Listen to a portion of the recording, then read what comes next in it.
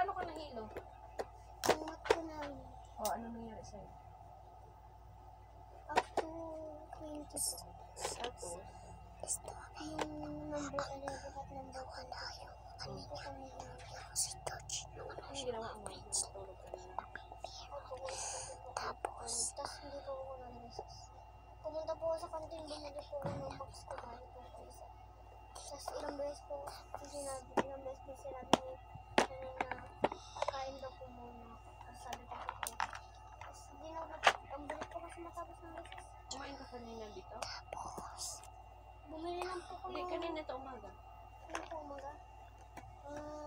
Yung ano lang po, yung uwi ko po na Hindi, kanina umalis ka. yung pagkain ko po.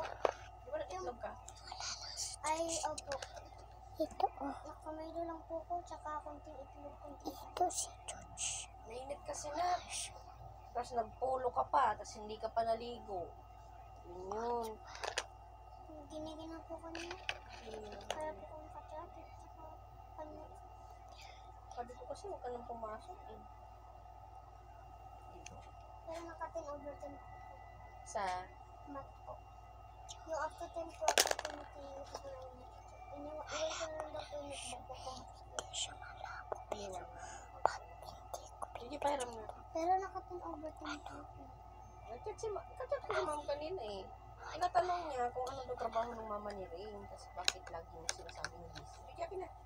Lang po. Sabay na.